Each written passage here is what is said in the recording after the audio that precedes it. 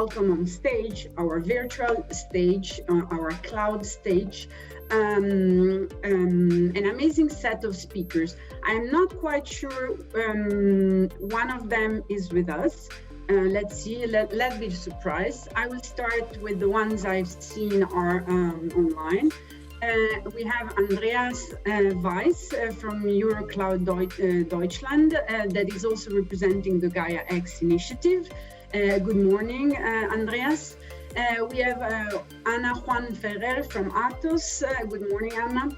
Then we have Gianluca Granero from Cubbit, a very dynamic and interesting SMEs based in Italy. Then we have McNeil from Google. Good morning, Matt. Then I don't know if Clayton Bartolo from the minister in Malta is with us or not. It doesn't look like it, Monique, unfortunately. Doesn't look like. We had, I mean, in the government, there were late changes in Malta in the last couple of days. So this is why he might not attend. Then we have Pierre Chastanet from the European Commission that we just heard. Then we have Alain Fiocco from OVHcloud. Good morning, Alain. And then we have Dr. Yuri Delamar from T-Systems Deutsche Telekom that will be with us. So as you see, an amazing panel. Now we have 1 hour time. I will try to moderate and make sure that we voice everybody and also that we can pick up some of the questions from the audience. But the idea now is that each of my speakers, of our speakers, will introduce itself a few minutes to just say who you are, what you do within the European computing scene in Europe. Andreas, the floor is yours. Thanks, Monique, and good morning, ladies and gentlemen. I represent ECO, the Association of the Internet Industry, founded back in 1995, and further on EuroCloud Germany associated with ECO. And what happened with the Internet during the last 25 years is quite amazing. And the use of the Internet is firmly integrated in a wide range of areas of life and business. And the recent development shows that stable and resilient digital infrastructures and services are of great importance. So this leads me to the key question of this session: to shape the digital transformation in Europe and the role of cloud computing. I would like to outline 3 key areas, which is sovereignty, which is resilience, and third, sustainability. Some of you already heard about Gaia-X, and I would like to provide a brief positioning. The original goal of Gaia-X is the conception of a federated data infrastructure with a scope on data sovereignty and data availability based on European standards and values. As a key objective, Gaia-X should promote innovation in Europe.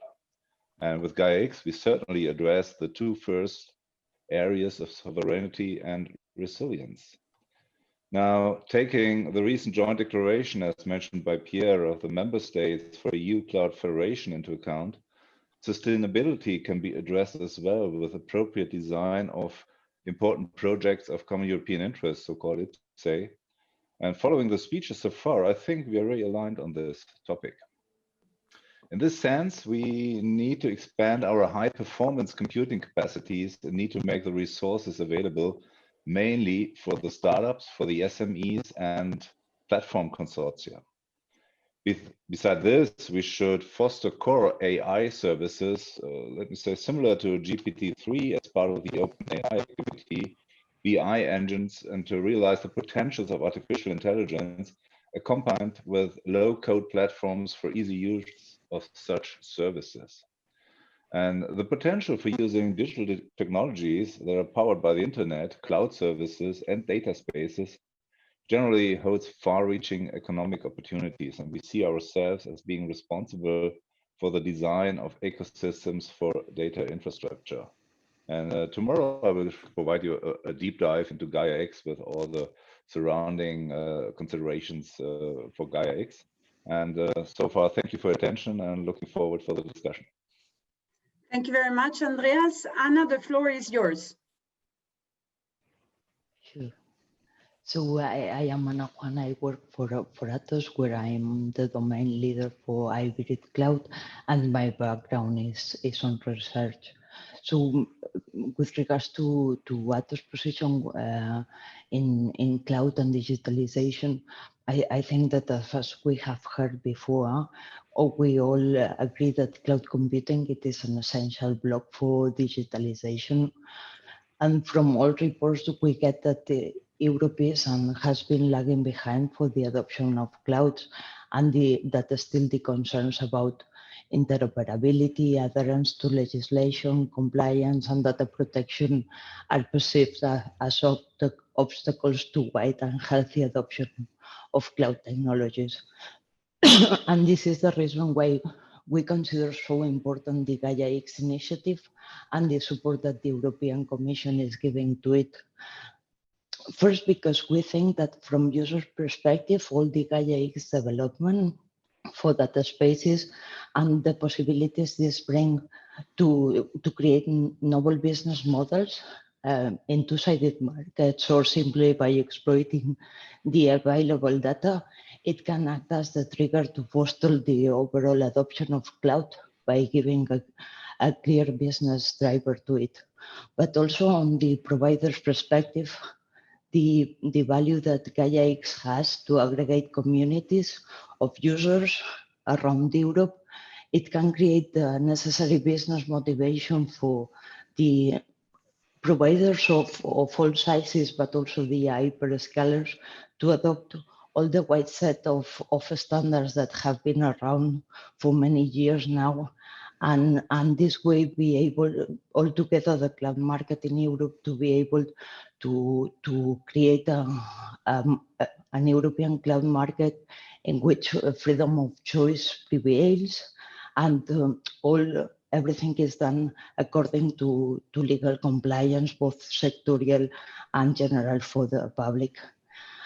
And in order to close the cycle, as Pierre has indicated, we think also from the industrial perspective that in order to enforce the European competitiveness, it is really of interest that these developments not only focus on cloud technologies, which are very important, but also in the complete compute continuum from the edge to the cloud.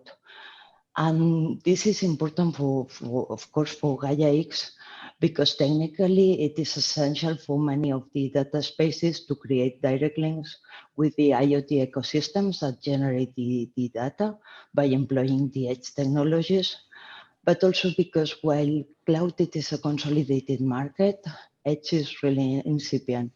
And we are starting to see commercial offerings from hyperscalers, for telecom operators, such as mobile edge computing, that I think they could bring the same kind of concerns with regards to data sovereignty we saw for cloud adoption some years ago, and bring this to the 5G deployments. And the telco networks today are critical infrastructure, so we could face some risk on the technological developments in Europe.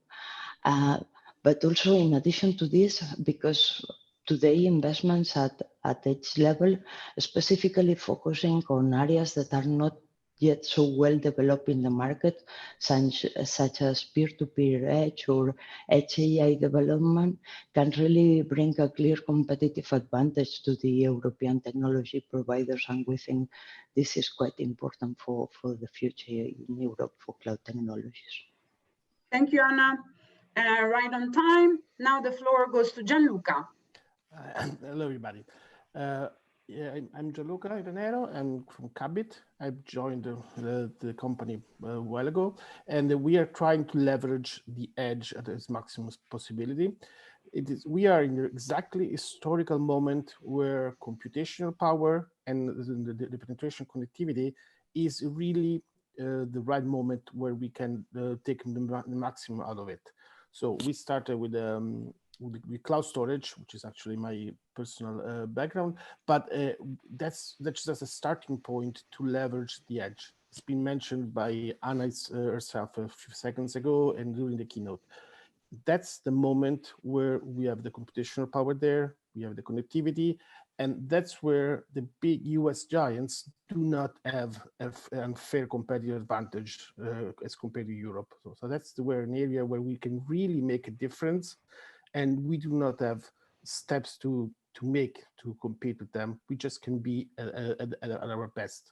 If we add on top of this our much more perceived perception of privacy, which is becoming basically for us a basic right, we can really make a difference on this for the companies. For small companies or big companies, the European company has some certain needs that's not completely been addressed by the cloud giants, and the one fit for all approach that we mentioned before is not really working. So we're keen to have Gaia-X as a train that can lead us to spread the European cloud around. That's it. Thanks a lot, Gianluca. I was taking notes because you touched a couple of points that I would like to come back afterwards altogether. And now let's hear what Mark McNeil from Google can tell us today. Thanks, Monique. It's really great to be here today to support sort of the agenda for digital transformation in Europe. I'm here as a founding member of Google Cloud, really to support this initiative. Google Cloud is a relatively recent offering, both in the market and actually within Google. And really at the heart of what we're doing is a unique approach, we think, to our customers and to our partners, as really being the only provider offering a sort of a new, genuine, and open multi-cloud approach, which is really central to our way forward when we look at this issue of digital sovereignty. And you know, as the previous speakers were saying, right away from the core to the edge. Our approach over the last year is really to be deepening our own understanding and listening to understand the future of digital sovereignty in Europe. And it's been one really of continuously approaching and engaging with European customers and policymakers over the last couple of years, and then thinking about how we translate their emerging needs into new technologies and solutions which meet those needs. Obviously, the potential of cloud as an accelerator for business is being recognized by all organizations, large and small, all over the world. And, you know, for example, enabling small business in Europe to gain global reach is something we see happening often within the customers that we work with. We definitely see cloud as a platform for innovation, and you know, when you look at some of what the customers are doing on top of these services, that's really where the sort of the ecosystem comes together. You see this, for example, with cloud, which is providing really a platform and a gateway for the development of AI and machine learning across all industries in Europe. Europe, I think, really has identified digital as one of the major ways to become more competitive over the coming decades. And of course, things like COVID have really accelerated the demand for cloud services in that context. Now, we really do support what the EU is doing here, and the EU's proposed investments in cloud technologies and infrastructures to underpin the implementation of the data strategy, which is central really to that realization of that potential, and especially for the building of common data spaces under that regulated environment. We really believe that these ecosystems should be open to all market players, provided that they meet the stringent data protection and security requirements, which have been outlined in the existing European regulation. And I think that's a really important point for us, is to bring the best into Europe as well. When you look at the data as a part of this, and especially the EU's focus on it, we're really seeing both small and large companies are able to harness the power of data through the new generation of cloud services which operate locally here within Europe. And for example, you know, that is something that we've done, is to bring those technologies to the European geography.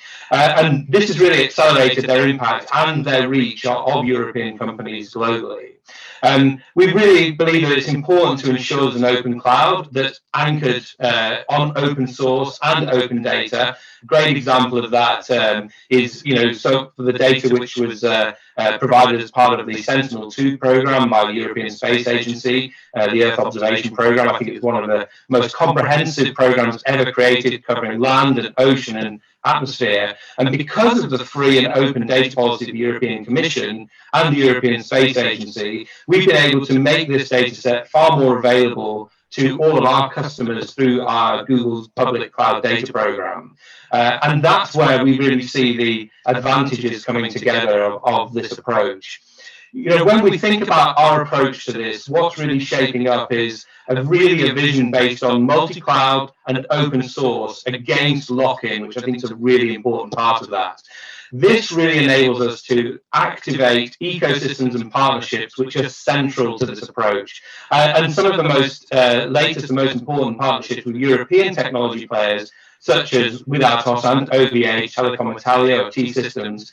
And a great example of that is the partnership with OVHcloud, where Google Cloud and OVH announced an innovative and strategic partnership to really jointly build a trusted cloud solution in Europe based on this open source technology stack, and allows customers to really fully experience the benefits of an open cloud and a trusted cloud. And I think that word trust is one I really want to finish with, is this is a top priority for us at Google Cloud. It's the basis of our engagement, and that comes to everything that we do, so that customers and enterprises can rely on both the security and trust of our services. And just to be crystal clear about our commitment to this and ensuring our customers are in charge of their data, Google will only use customer data in accordance with customer instructions under their cloud contract and for no other purpose, not for advertising, not for anything else. There's a lot of confusion about that, and I think it's really important to be transparent. Transparency is how trust is created, and we invest a lot in that, undergoing independent third-party audits. We are following through with obtaining our certifications and meeting the standards and verifying that the practices match our commitments with those industry standards. When we started Google Cloud, we started it to serve our customers and meet their needs. And today, the needs of digital sovereignty in Europe are really leading the world in thought leadership. And we're committed to contributing as much as we can to these developments. Thank you so much. Very dense intervention. We had a little bit of an echo, so please mute your mics, people that are not muting. Matt, may I ask you to mute? Thank you. So now I will pass the floor to Pierre, and then to Alain, and then to Jurry. Okay, many thanks, Monique, and I will be pretty short because I had a long intervention already. I just would like to emphasize on a few elements also in view of the previous panelists' intervention.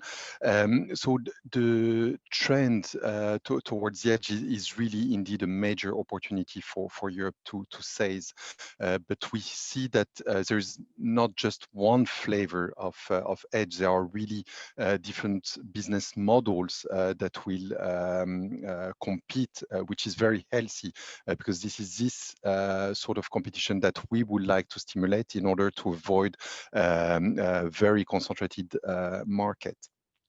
Conversely, we would like to see that there is really a seamless interoperability between the different solutions that will emerge on the market.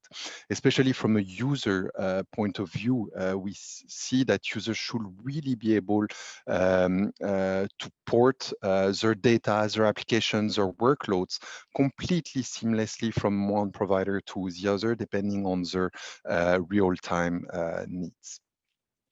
The second element I want to mention is that Europe has all is required in order to be successful on this new development in cloud to edge.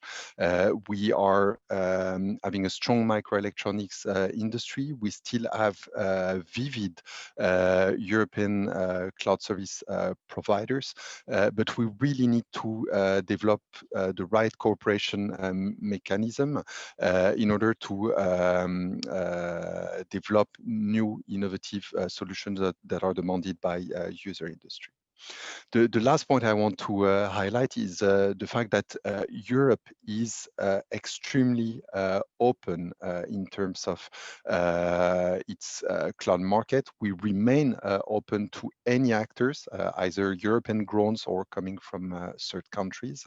However, we want that the European market is a competitive market, meaning that the same rules should apply to everybody. And I think this is very important if we want to have a fairness and transparency on the European cloud market, if we want user industries to trust cloud service provider and undertake that digital transformation, it's really important to have a fair and competitive market.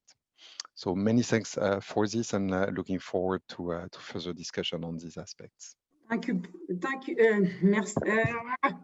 Thank you, Pierre. I was about to switch language. So now it's Alain. The floor is yours. Thank you. Hi, Alain Fiocco. So I'm the CTO for OVHcloud. As some of you may know, we are the the largest, and I'm going to put that in quotes because still small compared to the giants, but the largest cloud providers in Europe. Well, actually, I should say the largest European cloud provider. Clearly in terms of scale and the cloud services portfolio, we positioning ourselves clearly as a valid competitors against those giants. And sometimes partnering with, in terms of technologies, but from a cloud market and cloud service perspective, this is clearly what we are going after.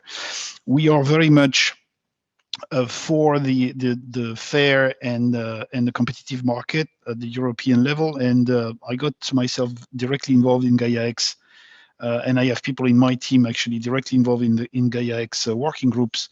Because I do believe that the idea of creating a federation of services in Europe where people, customers have the choice to select the right services in the right place, framed with the right, terms and conditions and legal jurisdictions and those kind of things in a fully transparent way, in a machine-readable way, means integrated into APIs, is the only way we can create a vivid and wealthy ecosystem of services for the cloud market in Europe. And this is true for pretty much every industry across the board.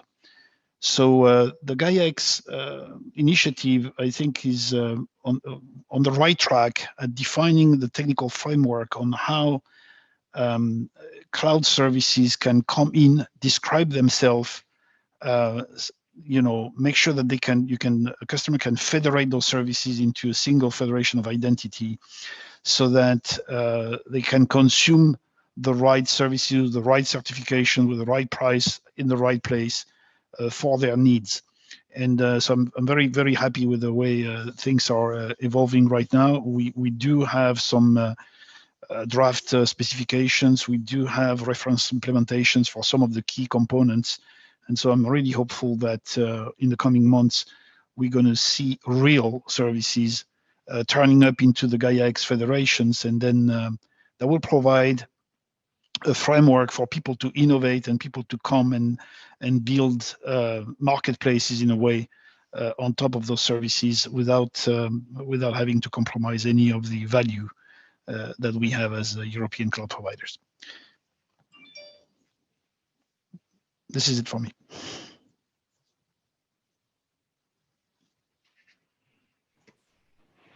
Monique, you're muted. So sorry. Now we have our last speaker. Please, the floor is yours. Yes. Can you hear me? It's Sorry, Yuri Delamar. Yeah. Can you hear me all right? Yes, we can hear Jurry. Thank you. Thank I you. don't know how to pronounce your name. I say Jurry, but correct me if I'm wrong. Perfect. So thank you for the invitation. For me also, very privileged to participate in this conference.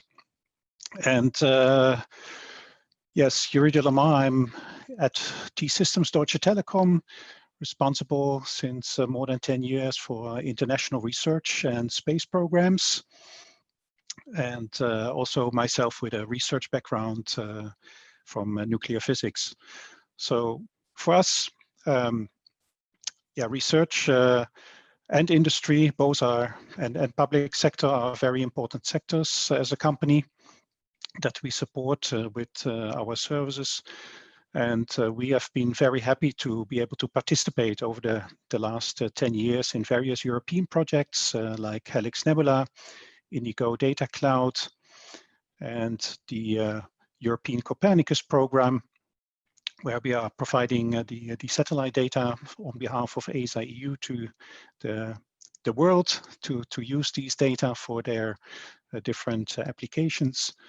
And it's very good actually to see for us that the things we develop in those European programs, that they have really become building blocks of the European Open Science Cloud, of other initiatives, and also now that we have become a founding member of Gaia-X, we see a new dimension coming up. And for us as well, it is very important always in these programs that we were able to push for open standards and data privacy. To mention just a few, like OpenStack Kubernetes, as very important elements of that. But not only to have these standards, I think what we have seen in the programs is also a paradigm shift, yeah, over these 10 years.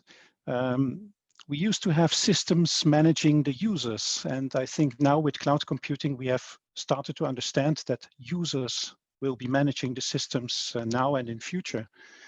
And to be able to do that, it's very important that these standards become very easy to use, easy to understand, and easy to learn, not only for experts, so that also in our company, we have a very intense training and certification program, basically for all employees, to really know how technology can be used to solve everyday's business challenges going forward.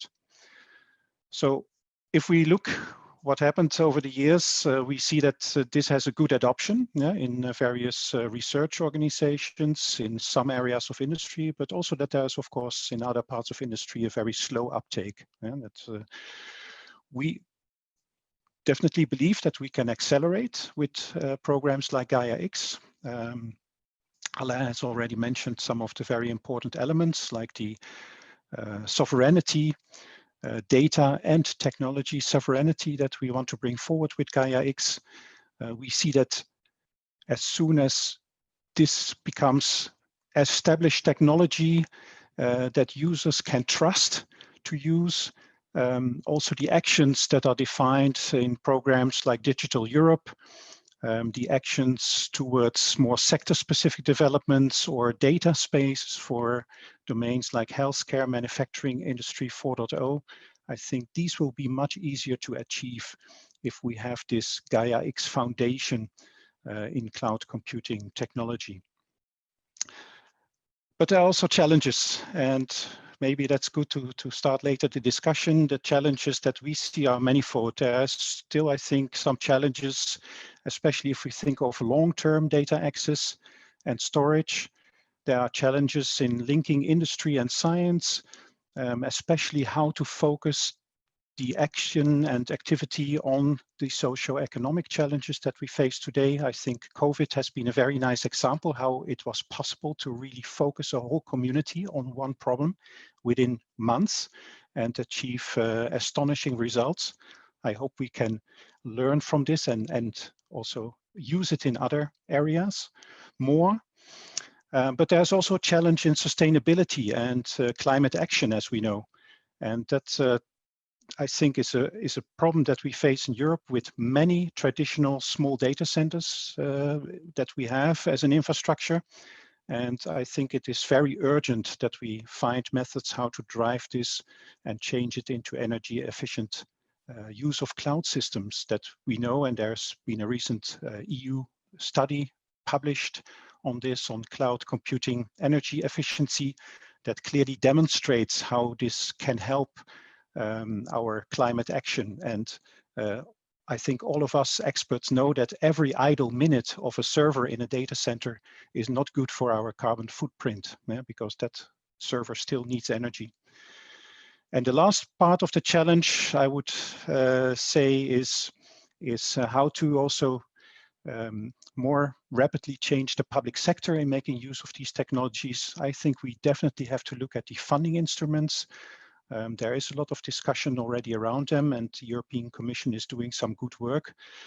But it's also an issue in the member states. How do we make sure that in the member states funding instruments go away from supporting the traditional hardware and software procurements and stimulate and reward the best practices, the technology, the cloud computing technology that we have to use it, and make sure that this becomes a success and not only a good technology. Thank you. Thank you very much. Very dense interventions. Of course, would love to be able to give more space to each of you, because there's many aspects that we could be discussing for hours. And now I try to pick up a few points that out of your interventions, and I also have looked a little bit at the questions. Of course, one of the most recurring questions is for you, Pierre, and for the European Commission. Even though we know you might not have a precise answer, one of the main recurring questions, it's about time for funding, time for the next calls from Horizon Europe, Digital Europe, CF and CEF2. When can we approximately expect that these new calls will be published by the European Commission? Yeah, so of course the Commission was really very eager to hear back from Parliament and Council the final budget envelope that we were benefiting from. So as this was finalized a couple of weeks ago, now Commission is working extremely hard to finalize the negotiation on the different legislative proposal underlying these programs. So time is very short. The delay was not coming from the Commission side. So we're really working day and night to finalize the legislative adoption and then publish the work program. Nevertheless, because of the delay that has been incurred, I must be frank that very likely the work program will very likely only be published at the beginning of next year. So that's a bit against our initial expectation. We really wanted to have some sunrise calls published this year already, but it's now unlikely to be the case. Something important to mention in terms of change of gear, as many of colleagues in the audience have been participating in Horizon 2020. In the cloud sphere, you can expect that a lot more emphasis is going to be put on deployment, which is of a very different nature than research and innovation. You know, that was a criticism that in Horizon 2020, there was a gap between the time the research and innovation finishes and the time when there can be market take-up. So this valley of death, as some people were calling it. So the Commission has really come up with a new instrument to bridge that gap and really take innovative solutions that were matured under Horizon 2020 and now scale up their deployment via CEF2 and DEP. Thank So you, Pierre. I think really so we can expect first calls probably to be published Q1 2021. That's the understanding, right? Of course, this is an information for everyone on the OVHcloud portal, but also on our channels. We will relay the information as soon as available, so we will make sure we promote information on this front. Now, one of the things is accelerating deployments, of course, goes together with aggregating users, understanding demands, needs. And of course, now the next question naturally goes to Andreas, because I mean, we have heard Gaia-X in the last few weeks everywhere.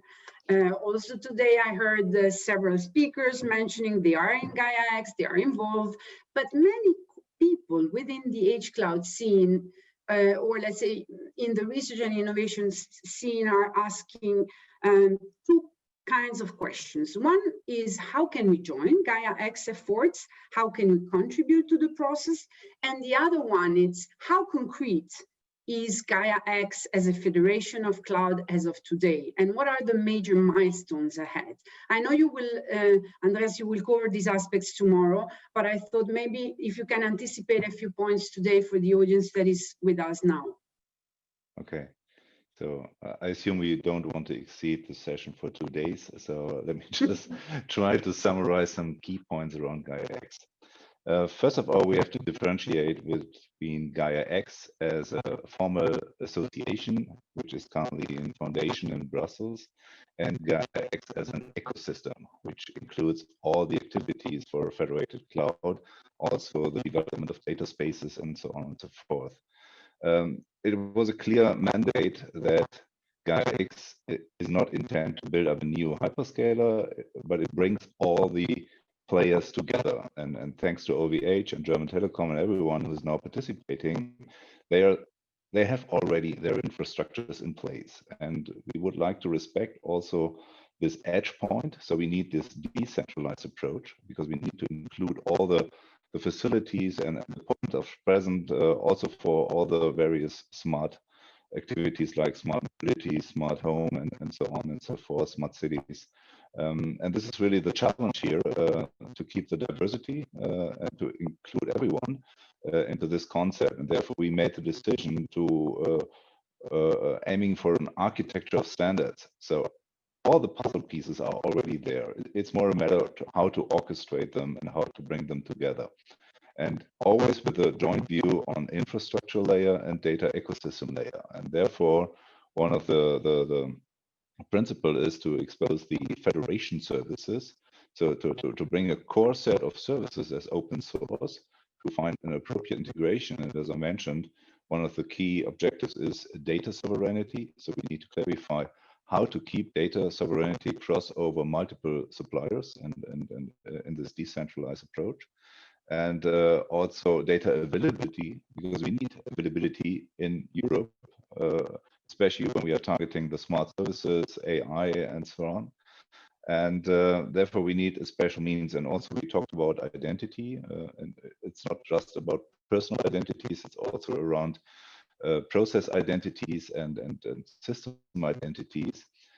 So we have these 4 key pillars of the federation services: identity and trust over IP. We have a federated catalog to show those services which are in compliance with Gaia-X, and therefore we have this policy and rules committee.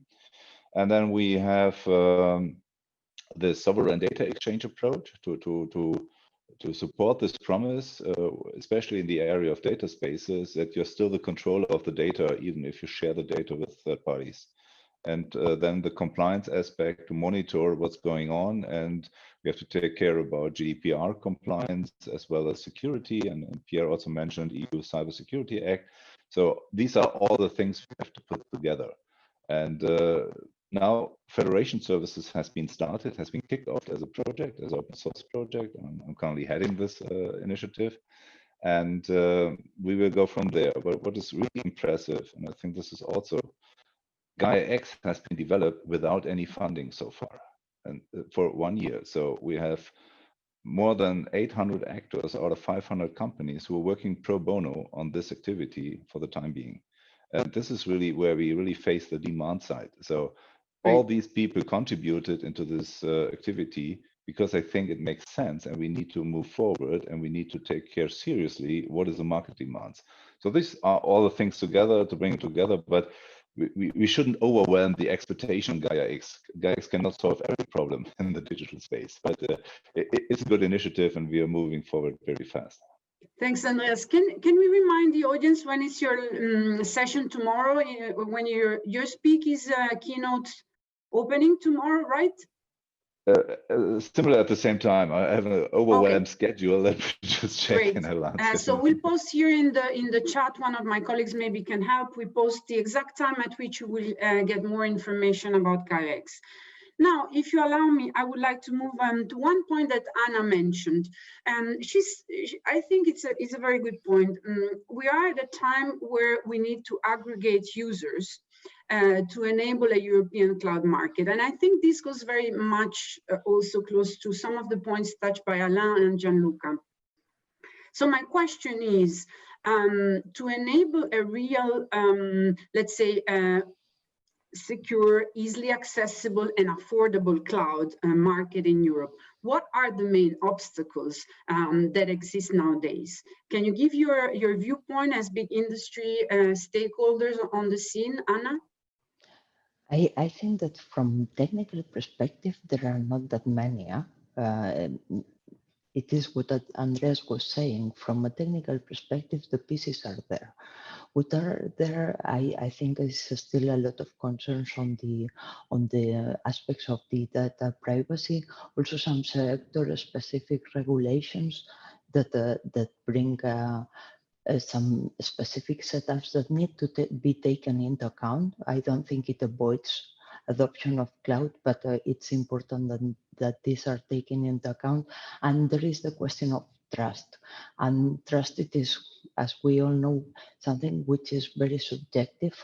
And for this, I have the impression that all the efforts to be done by the providers in order to increase transparency and for sure, as a mechanism to foster this cloud can avoid many of the concerns that exist. Thank you, Anna. You touched a very important point, and I saw Gianluca nodding. So I would like to hear from Gianluca also what is his experience. What about increasing trust and how smaller companies, especially SMEs and small players that might not even have the skills in-house to install or make use of cloud solutions. So how do you deal with this kind of objective situation in Europe? Yeah, 6 out of 10 SMEs still fear to approach cloud services because they do not have the correct perception of what they're buying and how much they can trust it. So, I mean, I was nodding because, I mean, Anna touched really very, very good points. So many of them understand the possibilities that cloud enables, but they don't see what they're buying. They feel their data, their application is in somebody's hands. They do not have control over it. So actually, WhatsApp made a big favor to everybody else. They've been pushing to billions of people that little string saying this conversation is encrypted end to end. So now encryption and privacy, it is becoming an end user topic. So the user must be correctly and transparently informed about what happens with data. If we must go to solutions that do not enable any eventual operator to access the data. So if you go fully encrypted with private keys, there's no way. So if we communicate this correctly, more and more SMEs can say, okay, I'm not buying a box, a server, which I used to buy for the last 20, 30 years, which was very well defined. I knew where my data was. Now you're buying a service, but this service must be confined in the perimeter that gives them some trust on who is my counterpart. So that's why a marketplace, which has been mentioned before in the beginning, where I can buy different services with some kind of stamp saying, hey, this is a company you can trust, company will be finding, the company will be answering you during your daylight, not the different time zone. So if you have a stupid invoice issue, they will give time to you and solve the problem. So those are the things that are not really technical, but they really go around the services that we need to provide to the companies. Thank you, Gianluca. Actually, I'm picking up one question now from the audience, actually from James Lovegrove from Red Hat. Hi, James. Nice to have you among us. James is asking, to what extent are the exciting open source, existing open source overlaps between EOSC and more recent cloud federation initiatives like Cloud Alain and Gaia-X being synergized? I think the point here is that there are already a number of initiatives that have touched upon federation. In particular, EOSC has been working on federation of cloud resources in favor of research and innovation projects, initiatives. And indeed here, what happens when we hit not a technical problem, that is the point that Anna was making before, but rather a legislation problem. So how these federation, and here I would like to go to Jurry for, because also this experience with Helix, Nebula, and other projects that had a cross-border view on this. How can we synergize initiatives, and how can we ensure that somehow we can overcome legislation and regulation problems across Europe?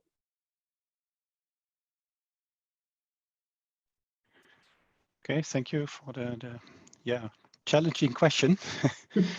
I think we are really pushing exactly in this direction with Gaia-X and also EOSC having a very similar character. Yeah, I think it's not only about identifying the gaps that we still might have in some of the technology.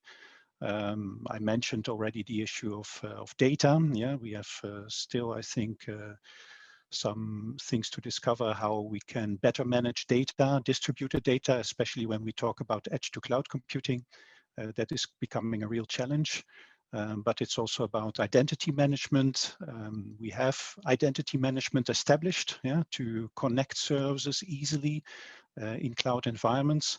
But if you think further, what we are trying to achieve with Gaia-X, establishing really trusted relationships between very different application components and infrastructure components, then of course it's also clear that there are still some further steps to develop.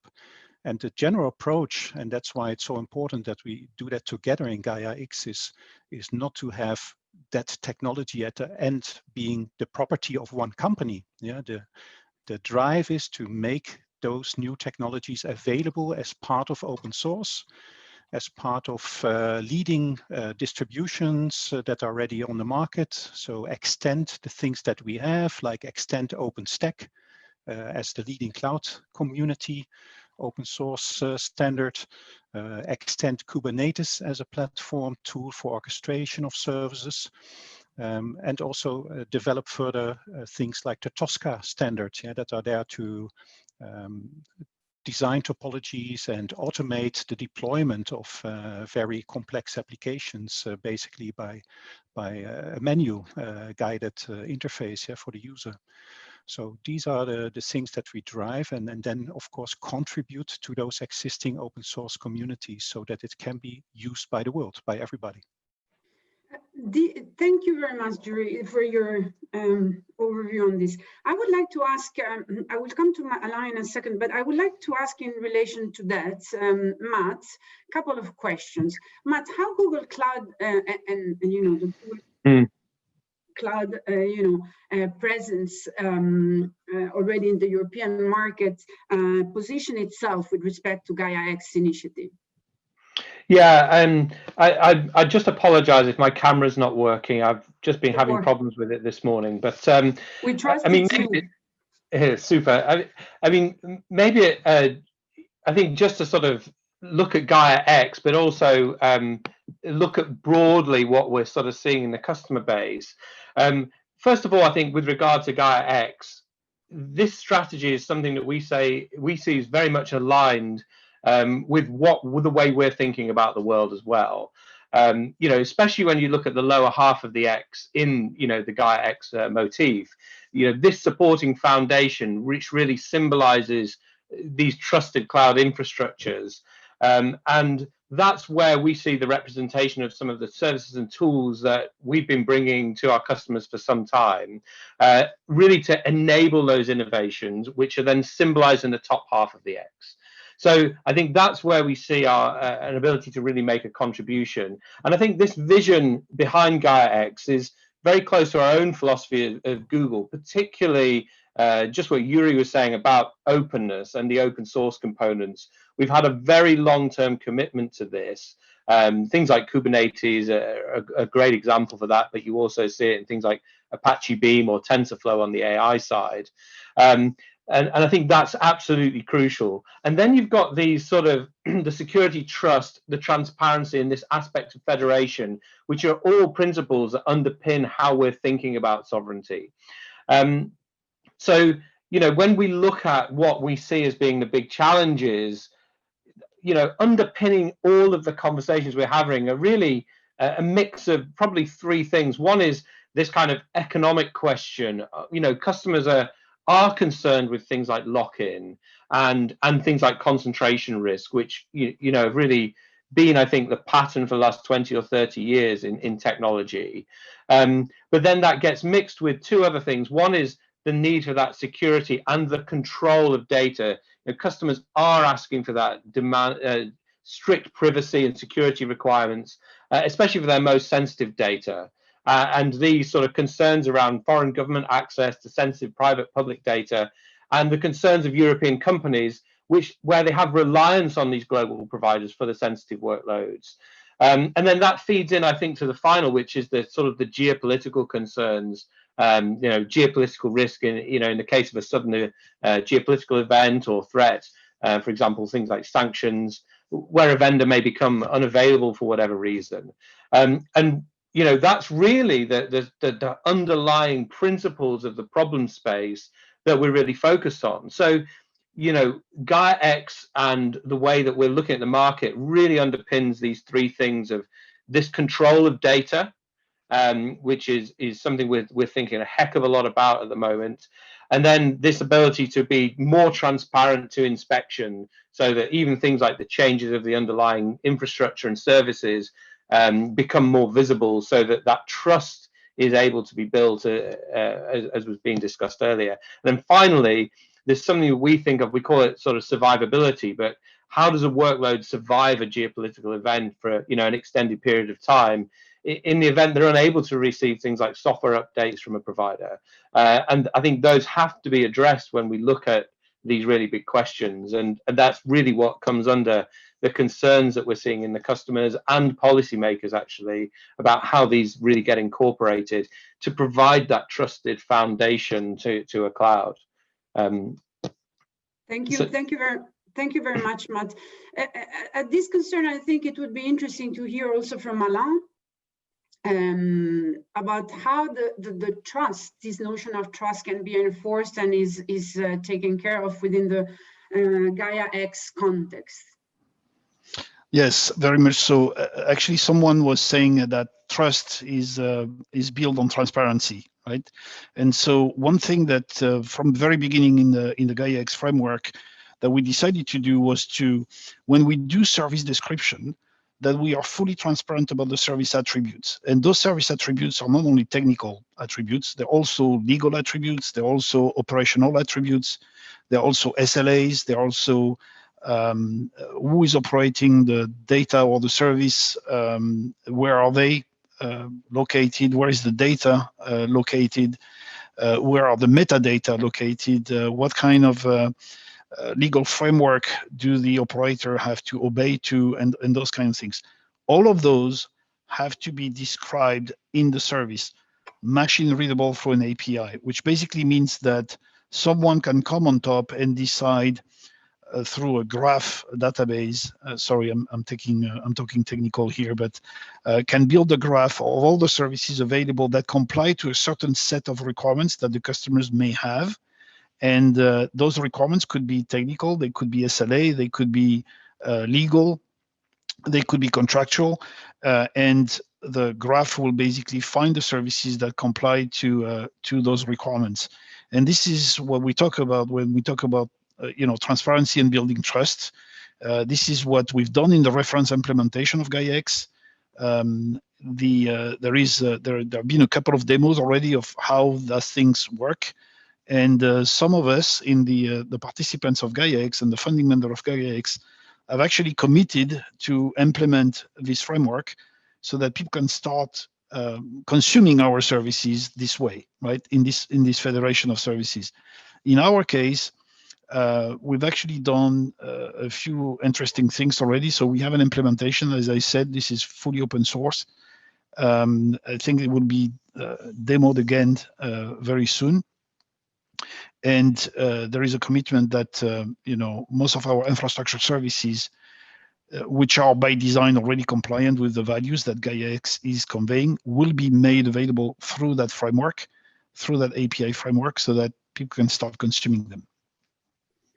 Thank you very much. This is definitely becoming very real in the coming months. Thank you very much. So we are unfortunately, I mean, the time is already over for us. I think we've heard and we've got a pretty dense, indeed, agenda and relevant interventions. There's a couple of other questions. Some of them relate to Gaia-X, so I would like to readdress these questions through the sessions tomorrow. One of the points that I would like to make is a little bit of a summary. I mean, clearly we're living very exciting times in terms of transitions towards a European cloud market that aims to be more open, more easily accessible, more affordable, more sustainable, and somehow an enabler of what is the vision of a European digital empowered society. There are several initiatives, and we have already several big market players that are not European, like Google, like Amazon, like IBM's, and you name it, in the European market. So it will be the case that there will be coexistence of different solutions, different technologies provided in the market. I think what it's very important also to notice is that the European Commission, but also many national initiatives, are working for policies, regulations, and legislation to be there in order to ensure transparency, and therefore trust to be enforced, but also federation as a and transition, this smooth and possible transition from one provider to the other. Another key point mentioned by our speakers is that the technology is somehow ready. Services are there and are being offered, but there must be a shift also in the way smaller players and public authorities, today we didn't touch that much on that point, but also many public authorities are moving or will need to move to cloud solutions, which is not trivial, because they bring along a legacy infrastructure that it's far from being advanced and ready to plug into innovative technologies, but this is happening. And I think one very key point that emerged out of all the discussions is that we need to create momentum. We need to create a lively marketplace in Europe so that there will be a sort of an avalanche effect, and both on the supply and demand side, there will be a chance for a variety of stakeholders to join and come and benefit of each other's solutions. Now, I know we could say much more. Our speakers have done great. I would like to thank them all. Thank you very much. Merci, danke. Gracias. Now it's time for our plenary session to go on, and it's my pleasure now to leave the floor to Anna, that will take over for the next session. Of course, stay tuned. We will publish a video recorded cut of this session, and our speakers will be in touch with you, and they are in the our platform. You can connect to them directly. Thanks a lot, and the floor is yours, Anna. Thank you very much, Monique. We follow down with the session on the research challenges. Do you hear me well, or there is too much noise? Is it okay? Okay, perfect. So give me a second. So the session for today, and what I'm going to present, it is work that we have been doing from the Vhcloud cluster about an update of the research roadmap that we have produced during this summer. For those of you that you are not familiar with the group, the Vhcloud cluster, we are a group of nowadays 33 projects, research projects funded by the Cloud and Software Unit, the majority of us basically, that we collaborate punctually in order to provide our perspectives on future research challenges as input for upcoming work programs, and we contribute to diverse activities from the European Commission. And what I'm going to present you, it is the very brief summary of the work that we have been doing this summer in this context. So just give me a second. I have some difficulties. Can you see my screen? Yes, Anna, we can see it, but it's not the full screen yet. Yeah, sorry. Presentation mode. Now it's better, yes. Isn't it? Mm-hmm. So we start our report that I will give you the link afterwards, and making a bit of context analysis on how we see cloud computing today. So as we have been discussing in the panel, we are all clear that cloud, it is an enabler for digitalization, that cloud has bring us the perspective of democratizing the computing. Before cloud computing, we were all the time perceiving the computing resources as something that was scarce and expensive, and cloud computing has bring us the illusion of having cheap and abundant computing resources. And nowadays we are consuming these services from cloud hyperscalers that give us the illusion that the resources are infinite. At the same time, as we have been discussing, there are a number of initiatives that are starting to develop the concept of federated cloud in order to facilitate interoperability and portability across providers. And from the research community, the research group, the group of projects in the cloud and software units, this area of federated cloud, it has been an area that for the last 10 years it has been very extensively researched, and in fact we find nowadays multiple realizations of federated cloud. We can find this in commercial products. Okay, they are very simplistic, we agree. But we start to see how commercial products have hybrid cloud solutions that permit a point-to-point connection between a private cloud and a public cloud. And also we have larger setups in the scientific community, the European Science Cloud, the Federation, the AGI infrastructure, also Gaia-X, as we have mentioned this morning, has this perspective of a brokerage. However, we think that still there are a number of research challenges that we need to address in order to fully develop this concept of federated cloud, which is the aspect of the aggregated quality of service across multiple cloud providers, the composable service level agreements, security mechanisms for data sharing, and also the consideration of the diversity and the heterogeneity at all levels. In addition to this, some technical developments or research development need to happen in order to easily facilitate vertical marketplaces. But I think that based on the discussion today, we all agree that also the adoption of standards that are around, and maybe the enrichment or improvement of some of the existing will facilitate new business opportunities, and this is to be done. But the aspect that we think that will really change how federated clouds will be transformed, it is edge computing.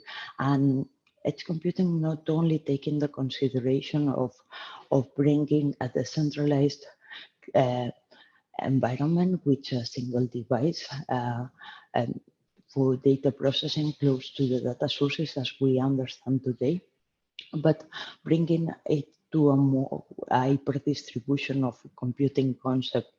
We are seeing that more and more the IoT devices are not only simple sensors, they are because they need embedding a lot of computing capacity nowadays. And this is bringing all the computing continuum consideration. And this is a need that we start to see today, but also we realize that all the AI processing is going to increase the compute demand at the edge by several orders of magnitude.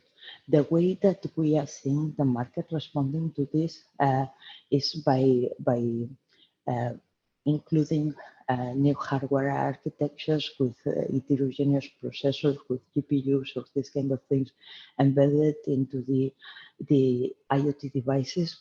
But we foresee that it will be necessary to fully take advantage of all the computing available at the edge.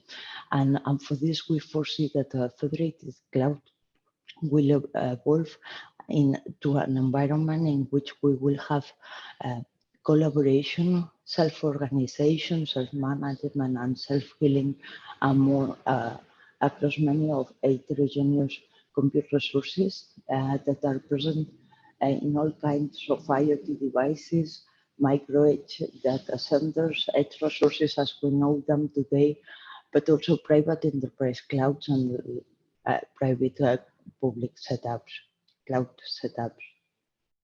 So in order to make reality this vision, we have identified 13 research areas. And in these 13 research areas, we have the area of Federation of Clouds, which acts as a kind of framework for all the rest of activities.